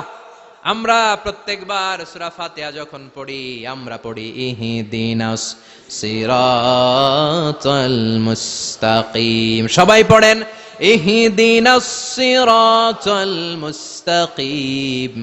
ও আল্লাহ, আপনি আমাদেরকে সরল সঠিক পথ দেখান। পড়েন আমিন। ও আল্লাহ, show us the right path, show us the correct path, show us the middle path. আল্লাহ মধ্যম পন্থা দেখান, মাঝামাঝি রাস্তাটা দেখান, সিরাতুল মুস্তাকিম দেখান। আমাদেরকে রাস্তা দেখায় কে? কথা বলেন না। আমরা যদি পথ ভুলে যাই, পথ দেখায় দেয় কে? আমি যদি কোনদিন পথ ভুলে যাই, হাত ছানি দিয়ে কাছে নিও, মমতার বন্ধনে আমায় বেঁধে সব ভুল ক্ষমা করে দিও। আমি যদি কোনদিন পথ ভুলে যাই, হাত ছানি দিয়ে কাছে নিও, মমতার বন্ধনে আমায় বেঁধে সব ভুল ক্ষমা করে দিও। আমি যদি কোনদিন পথ ভুলে যাই, পড়েন, হাত ছানি দিয়ে কাছে নিও, মমতার বন্ধনে আমায় ডেকে সব ভুল ক্ষমা করে দিও। চিল্লায় পড়েন আমিন। আরো জোরে আমিন। এজন্য বিশ্বনবী বললেন যে দোয়া বাদ দিল তার সব বাদ। কারণ দোয়া দিয়ে নামাজ শুরু, দোয়া দিয়ে সব শুরু, দোয়াটাই হলো ইবাদত। চিল্লায় বলেন ঠিক কিনা? আর দোয়া ও সিলাহুল মুমিন, দোয়া হচ্ছে মুমিনের উইপেন, অস্ত্র, মুমিনের বড় অস্ত্র। যেখানে সবকিছুর দৌরাত্ম্য শেষ, ওইখানে দোয়ার দৌরাত্ম্য শুরু। যেখানে সবকিছুর কারিশমা শেষ, ওখান থেকে দোয়ার কারিশমা শুরু। এরকম অনেক ক্যান্সারের মতো দুরারোগ্য ব্যাধিতে আক্রান্ত, ডক্টর ফাইনালাইজ করে দিয়েছে বাঁচবে না, 2 মাস বাঁচবে। কয় মাস? কথা বলেন। মাত্র 2 মাস সে বাঁচবে। তারপরও দেখা গেছে লোকটা 7 বছর বেঁচে ছিল। আছে না নাই? দোয়া, দ্য পাওয়ার অফ দোয়া। Everything is pre-written, but by supplication is it's re-written. সবকিছুই আগে লেখা থাকে। মহাবিশ্ব সৃষ্টির 50,000 বছর আগে আমাদের ভাগ্যে কি ঘটবে সব লিখে রেখেছে কে? সব অপরিবর্তনীয়। কিন্তু এই তাকদিরেরও কিছু জিনিস আল্লাহ চেঞ্জ করে দেয় দোয়ার বরকতে। এজন্য দোয়া করার দরকার আছে না নাই? মায়ের কাছে দোয়া চাবেন, মায়ের দোয়া আল্লাহ ফেরায় না। মজলুম ব্যক্তির দোয়া আল্লাহ ফেরায় না। মুসাফিরের দোয়া আল্লাহ ফেরায় না। যিনি রোজা রেখে দোয়া করেছেন তার দোয়া আল্লাহ ফেরায় না। এজন্য বেশি বেশি আল্লাহর কাছে দোয়া করতে রাজি আছেন তো? কিন্তু দোয়াটা হইতে হবে সিনসিয়ার, একনিষ্ঠ দোয়া। অনেকে দেখবেন দোয়াও করে ওদিকেও তাকায় আছে, জুমার নামাজে প্রায় হয়। বিশাল দোয়া, দোয়াও করতেছে আবার এদিকে, আছে না নাই? আবার দোয়াও করে মোবাইলও টিপে। কথা কন। আবার আমরা আলোচনা শেষে দোয়াও করি, পোলাপাইন সেলফিও তোলে, আছে না নাই? সিনসিয়ারিটি নাই। আপনার কি পরিমাণে সিনসিয়ারিটি আছে এটার উপর ডিপেন্ড করবে আপনার দোয়া কবুল হবে কি হবে না। একজন দোয়া করলে মুহূর্তে কবুল, চোখ বন্ধ করলে আল্লাহর আরশে চলে যায়, মদিনার সাথে ওর কানেক্টিভিটি বেড়ে যায়, আল্লাহর সাথে কানেক্টিভিটি বেড়ে যায়, সে ফিল করে সে আল্লাহর সাথে কানেক্ট হয়ে গিয়েছে। আর আরেকজন দোয়ার মধ্যে খুঁজে কিছু পায় না, আছে না নাই? তো দুই দোয়ায় পার্থক্য আছে না? কথা কন। এজন্য সম্মানিত ভাইরা, দোয়াই যখন করবেন সিনসিয়ারলি করবেন, কানেক্টিভিটিটাকে স্ট্রং করার চেষ্টা করবেন। সিনসিয়ার দোয়া is like a missile. Missile নাম শুনছেন? হামলা করে না, মিসাইল হামলা করেছে ইসরায়েল, শোনেন নাই? মারলে একেবারে ধ্বংস করে যায় সব। এই মিসাইল হামলা, ড্রোন হামলা, এগুলো লক্ষ্য বস্তু ভেদ করে ভয়ঙ্কর ভাবে, ইঞ্চি ইঞ্চি, মাইক্রো ইঞ্চি মেপে মেপে এমন ভাবে এই বোমাটা মারবে, ঠিক জায়গা মতো এটা ফিট হয়ে যাবে। তেমনি দোয়ার মতো আপনি যদি দোয়া করতে জানেন, একনিষ্ঠতার সাথে সিনসিয়ারিটি সাথে যদি দোয়াটা করে ফেলতে জানেন, এই দোয়া মুহূর্তে আল্লাহর আরশে যেয়ে নক করবে। সুবহানাল্লাহ পড়েন। আর মুমিনের দোয়া কখনো ফেরত যায় না। দোয়া করলেই মুমিনের দোয়া কবুল করে নেয় কে? আপনি জীবনে যত দোয়া করছেন সব কবুল। All of your supplications are accepted. Whatever you have supplicated to your Lord, যাই চেয়েছেন সব কবুল। অনেকে বলে, হুজুর এটা একটা কথা কইলেন, সব দোয়া বুঝি কবুল?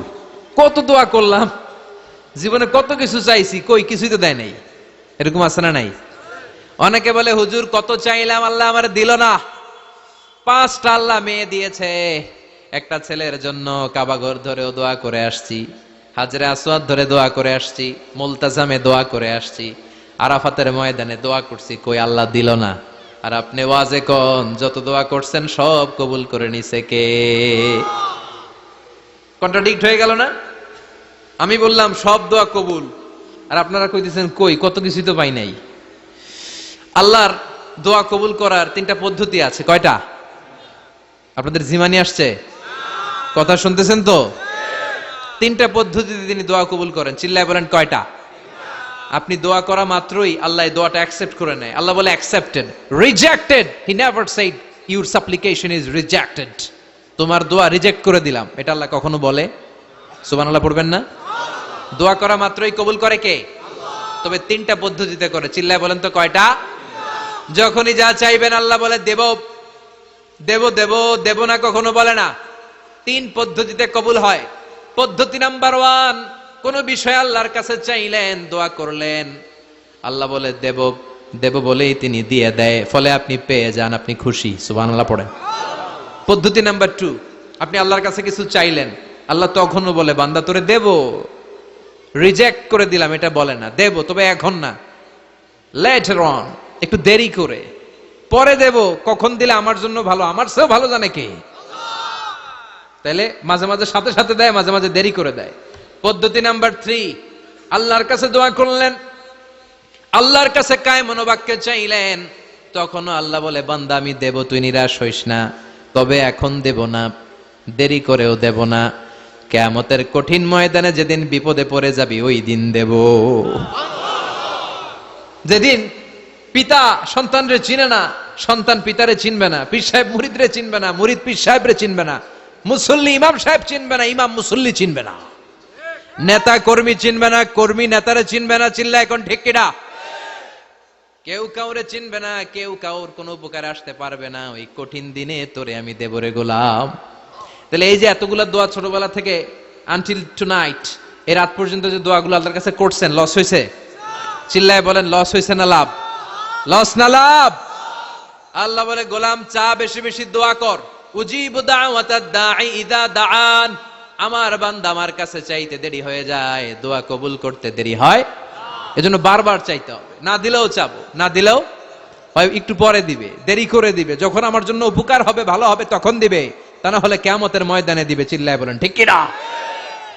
বেশি বেশি দোয়া করবেন, সবার জন্য করবেন, নিজের জন্য করবেন, ফ্যামিলি মেম্বারসদের জন্য করবেন, শুভাকাঙ্ক্ষীদের জন্য করবেন, শত্রুদের জন্য বেশি করবেন, হেটার্স যারা আছে ওদের জন্য বেশি দোয়া। আল্লাহ যেন এগুলোর হেদায়েত দেয়। ইসলাম বিরোধী যারা এদের জন্য দোয়া, হিন্দু বন্ধু থাকলে এদের জন্য দোয়া, হেদায়েতের দোয়া, ঠিক কিনা? সবাই সবার জন্য দোয়া করেন। অনেকে কয় হুজুর আমি আরেকজনের জন্য করবো কেন, হ্যাটটা হ্যাঁ করব, আমার দোয়া আমি করুম, আছে না নাই?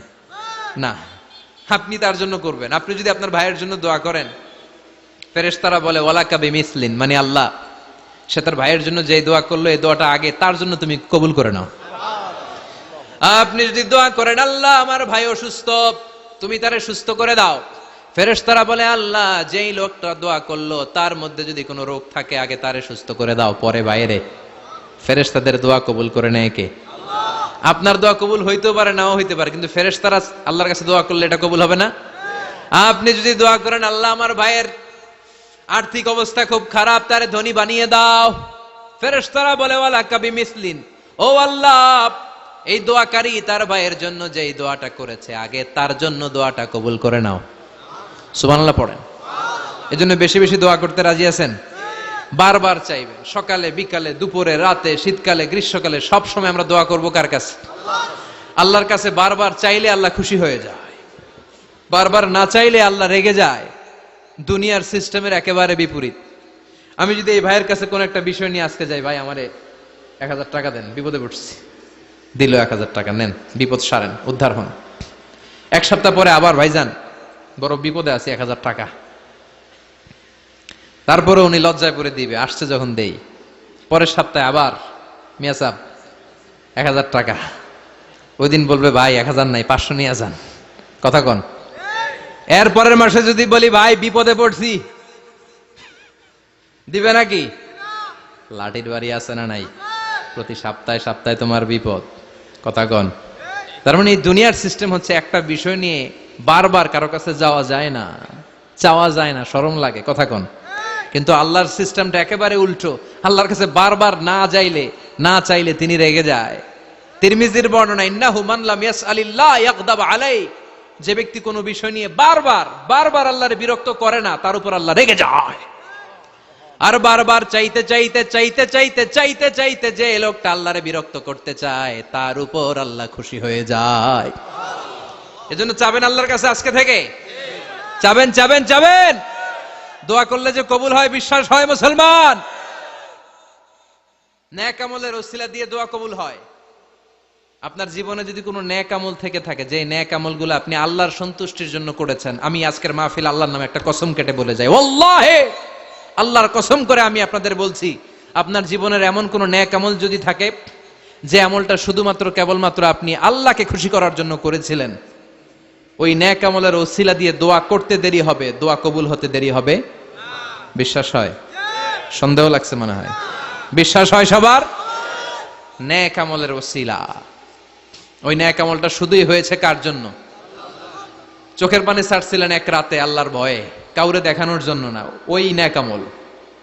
রাত্রিবেলা হেঁটে যাচ্ছিলেন মসজিদের পাশ দিয়ে, দেখলেন দান বাক্স লেখা, কেউ নাই, কচকচে 500 টাকার নোট বের করে ঢুকাই দিছিলেন। এটা হচ্ছে শুধু আল্লাহরে দেখানোর জন্য নেক আমল, ঠিক কিনা? আল্লাকা সিররুন ইনদাল্লাহ বাইনাকা আনতা ওয়া বাইনাল্লাহ, আল্লাকা সাদাকাতুন তাখফা লা ইয়ালামুহা ইল্লাল্লাহ, আল্লাকা সিররুন ইনদাল্লাহ বাইনাকা আনতা ওয়া বাইনাল্লাহ, আল্লাকা সাদাকাতুন তাখফা লা ইয়ালামুহা ইল্লাল্লাহ। সুবহানাল্লাহ পড়েন। আল্লাকা সিররুন ইনদাল্লাহ, তোমার আর তোমার রবের মাঝে গোপন কিছু আছে কি যেটা আল্লাহ ছাড়া কেউ জানে না? তোমার কি কোনো গোপন দান আছে কি যেটা আল্লাহ ছাড়া কেউ দেখেনি? সুবহানাল্লাহ পড়েন।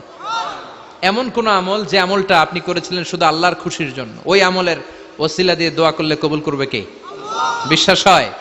সহিহ বুখারীর বর্ণনা, সালাসাতুন ফিল গার, বনি ইসরাইলের জামানায় 3 জন লোক সফরে বেরিয়েছে। বানোয়াট ঘটনা না, এটা বুখারীর ঘটনা। সফরে বেরিয়েছে, মরুভূমির মাঝখানে প্রতিমধ্যে প্রচন্ড তুফান আর বৃষ্টি থেকে বাঁচার জন্য এর একটা পাহাড়ের গুহার ভেতরে ঢুকেছে। হঠাৎ থান্ডার, বজ্রপাত, বিজলি, মুষলধারে বৃষ্টির পানিতে পিচ্ছিল হয়ে উপর থেকে বিশাল প্রকাণ্ড একটা পাথরের খণ্ড এসে গুহার মুখের মধ্যে আটকে গিয়েছে। যেই গুহার মুখ দিয়ে তারা ঢুকেছে ওইখানে বিশাল একটা পাথর গড়িয়ে এসে উপর থেকে বলল, অন্ধকার, ভিতরে কোনো আলো নাই, কোনো জনমানব নাই, বাঁচানোর কেউ নাই, কিচ্ছু দেখা যায় না, ঘুটঘুটে অন্ধকার। বাইরে থেকে আলো আর অক্সিজেন যে আসবে ওই সুযোগটাও নাই। তিনজন বুঝে গেল আমাদের মৃত্যু এখানেই হবে, আমাদের কঙ্কাল গুলো শত শত বছর এখানে পড়ে থাকবে, কেউ উদ্ধারের জন্য আসবে না, ঠিক কিনা? বাঁচানোর কেউ নাই, অক্সিজেন যতটুকু আছে কিছুক্ষণ পরে এটাও শেষ হয়ে যাবে। তিনজনের একজন বলল, আমাদের বাঁচানোর কেউ নাই, একজন ছাড়া তিনি কে? আমাদের তিনজনের জীবনের এমন কোন নেক আমল আছে কিনা যেটা দিয়ে আল্লাহর কাছে দোয়া করা যায়? কার জীবনে কি নেক আমল আছে যেই নেক আমলটা দুনিয়ার কোনো মানুষকে দেখানোর জন্য করা হয় নাই, শুধু করা হয়েছে কার জন্য? এরকম কোন নেক আমল থাকলে দোয়া করা শুরু করো, এছাড়া আমাদের বাঁচার কোনো উপায় নাই। একজন দোয়া করা শুরু করলো, হাদিসে লম্বা একটা হাদিস, আমি সরল বঙ্গানুবাদ শোনাচ্ছি। একজন দোয়া করা শুরু করলো, একজন বলতে শুরু করলো, আল্লাহুম্মা কানা লি আবাওয়ান শাইখান কাবীরান, ও আল্লাহ, আমার বৃদ্ধ বৃদ্ধা মা বাবা ছিল, আমি পেশায় ছিলাম রাখাল, প্রতিদিন রাখালগিরি করার পরে ছাগলের দুধ দোহন করার পরে যখন বাসায় ফিরে আসতাম সবার আগে আমি আমার আব্বা আম্মারে দুধ খাওয়াতাম। আব্বা আম্মাকে দুধ খাওয়ানোর পরে আমার সন্তানদের মুখে, আমার স্ত্রীদের মুখে আমি দুধ তুলে দিতাম। একদিন আমার আসতে দেরি হয়ে গেল, এসে দেখি আব্বা আম্মা ঘুমিয়ে গেছে। দুধের বাটি নিয়ে আমি আব্বা আম্মার মাথার সামনে দাঁড়িয়ে রইলাম, মনে মনে ভাবলাম আব্বা আম্মা যখন ঘুম থেকে জাগবে, আব্বা আম্মারে আগে আমি দুধ খাওয়াবো, তারপরে ছেলে মেয়েরে খাওয়াবো, স্ত্রীদেরকে খাওয়াবো। দাঁড়িয়ে রইলাম, আমার ছেলে মেয়েরা এসে আমার কাছে বলল, আব্বা খাবার দাও, আমি দেই নাই। ক্ষুধার জ্বালায়, ক্ষুধার যন্ত্রণায় পাগল পাড়া হয়ে আমার কলিজার টুকরা ছেলে মেয়েগুলো আমার পায়ের মধ্যে পড়ে কাঁদতে লাগলো, আব্বা একটু দুধ দাও, ক্ষুধা লেগেছে। ও আল্লাহ, আমি দেই নাই। ফজর পর্যন্ত দাঁড়িয়ে রইলাম। ফজরের সময় যখন আব্বা আম্মা ঘুম থেকে উঠলেন, সবার আগে আব্বা আম্মারে দুধ খাওয়ালাম, তারপরে ছেলে মেয়েদের মুখে তুলে দিলাম। ও আল্লাহ, ও আল্লাহ, ওই দিনে সারা রাতটা আমি দাঁড়িয়ে আব্বা আম্মার জন্য যে দাঁড়িয়েছিলাম, দুনিয়ার কাউরে দেখানোর জন্য নয়, শুধু তোমারে খুশি করার জন্য। ওই রাতের ইবাদতটা যদি তোমার কাছে পছন্দ হয়, ফাফাররিজ আন্না মা নাহনু ফি, আজকে যেই বিপদে আমরা আছি, বিপদ থেকে তুমি বাঁচাও। বলার সাথে সাথে 1/3, 1/3 পাথরটা ডান দিকে সরে গেল। সুবহানাল্লাহ পড়বেন না? এবার বাইরে থেকে আলো আসতে শুরু করেছে, অক্সিজেন ঢুকতে শুরু করেছে, তাদের মনের মধ্যে স্বস্তি ফিরে এসেছে। এবার দ্বিতীয় জন দোয়া শুরু করলো, আল্লাহ, আমার এক চাচাতো বোন ছিল, এত সুন্দরী, আমার জীবনে এত সুন্দরী নারী আমি দেখি নাই, এত সুন্দরী নারী। ওয়া কুনতু উহিব্বুহু বিআশাদ্দি মা ইউহিব্বুর রিজাল আন নিসা, একজন পুরুষ একজন নারীকে যত ভালোবাসতে পারে আমি ঠিক ততটা ভালোবাসতাম আমার এই সুন্দরী কাজিনকে, চাচাতো বোনকে। কিন্তু আমার মনের কথা আমার চাচাতো বোনরা আমি বুঝাতে পারি নাই। একদিন লজ্জা শরমের মাথা খেয়ে চাচাতো বোনরা আমি বললাম, তোরে আমি বড্ড ভালোবাসি, একান্তে আমি তোরে চাই। চাচাতো বোন বলল, এত এত স্বর্ণ মুদ্রা যেদিন জমাতে পারবা ওই দিন আমারে পাবা। এবার আমি স্বর্ণ মুদ্রা জমাতে লাগলাম, জমাতে জমাতে জমাতে জমাতে বছর শেষে স্বর্ণ মুদ্রার থলে নিয়ে চাচাতো বোনের হাতে দিলাম। চাচাতো বোন আমার অপকর্মে রাজি হয়ে গেল। গোপন একটা রুমের ভেতরে আমরা ঢুকলাম, দুইজনেই জামা কাপড় খুলে নেকেড হলাম, জিনা করব, পাপ কাজ করব। একেবারে ফাইনাল ডেস্টিনেশন আমরা চলে গেলাম। পাপ কাজ যখন আমরা শুরু করব, ইন দা মিন টাইম আমার চাচাতো বোন আমার ডেকে বলে, ও আমার চাচাতো ভাই, ইত্তাকিল্লাহ, ইত্তাকিল্লাহ, আল্লাহরে ভয় কর, আমার সতীত্ব নষ্ট করে দিস না। আল্লাহ ওই মুহূর্ত থেকে ফিরে আসা কোনো পুরুষের পক্ষে সম্ভব ছিল না। ইত্তাকিল্লাহ, এই বাক্যটা শুনে, তোমার আওয়াজ শুনে আমার কলিজার মধ্যে কাঁপুনি ছুটে গিয়েছে।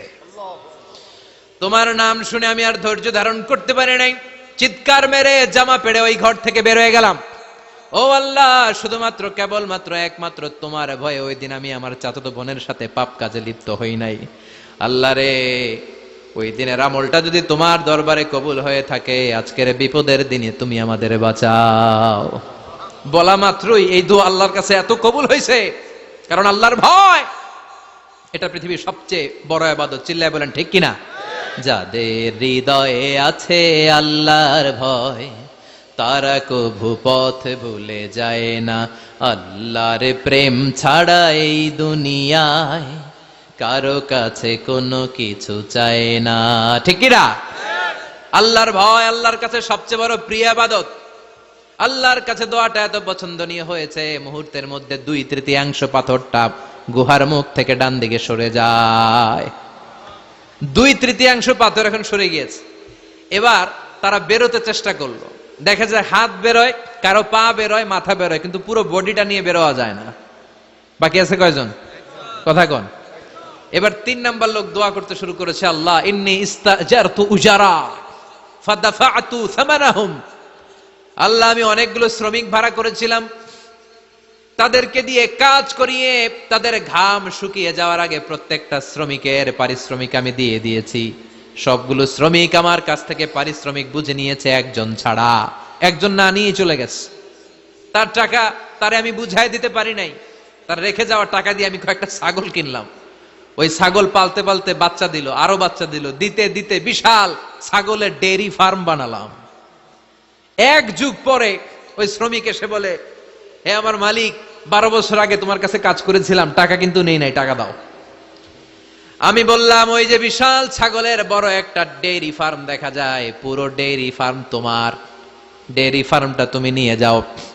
শ্রমিক আমারে বলতে লাগলো, তাস্তাজিউ মিন্নি, আমার সাথে ঠাট্টা করো নাকি? একদিনের পারিশ্রমিক দিয়ে ডেইরি ফার্ম হয় নাকি? যতটুকু টাকা তোমার কাছে আমি 12 বছর আগে পেতাম ততটুকু দিলেই চলবে। তারে আমি বুঝিয়ে বললাম, তোর টাকা দিয়ে ছাগল কিনেছি, ছাগলের ব্যবসা করে ডেইরি ফার্ম বানিয়েছি, একটার পর একটা ছাগল বাচ্চা দিতে দিতে আজকে হাজার হাজার ছাগলের এই ডেইরি ফার্ম, পুরো ডেইরি ফার্মটা আমি তোরে দিয়ে দিলাম। বলা মাত্রই শ্রমিকটা ডেইরি ফার্ম নিয়ে চলে গেল। মাবুদের এই কঠিন বিপদের দিন সে শুধু দাবি করেছিল তার পারিশ্রমিক, তার পারিশ্রমিকের টাকা তার হাতে দিলে সে খুশিতে বাকবাকুম, কিন্তু তার বদলে পুরো ডেইরি ফার্মটা আমি তার হাতে তুলে দিয়েছি একমাত্র তোমার সন্তুষ্টির জন্য। ওই দিনের আমলটা যদি তোমার দরবারে একটুও ভালো লেগে থাকে রে মাওলা, আজকের কঠিন বিপদ থেকে বাঁচাও। বলতে দেরি মুহূর্তের মধ্যে বিশাল পাথর খণ্ডটা গুহার মুখ থেকে ডান দিকে সরে যায়। আল্লাহর শুকরিয়া করে 3 জন বের হয়ে যায়। সহিহ বুখারীর বর্ণনা।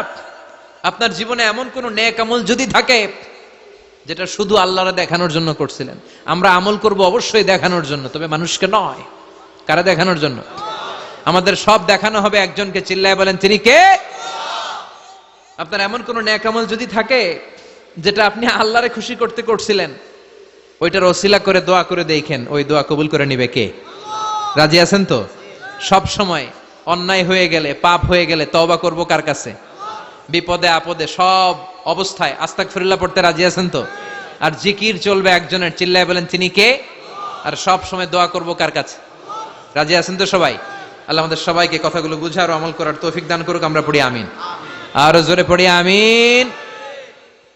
যারা লম্বা সময় ধরে কথাগুলো শুনলেন, কোরআন সুন্নাহর আলোকে আমরা কথাগুলো বলার চেষ্টা করেছি, তারপরেও আমার মনের অজান্তে কোনো মিস ইনফরমেশন যদি আমার মুখ ফসকে বেরিয়ে যায়,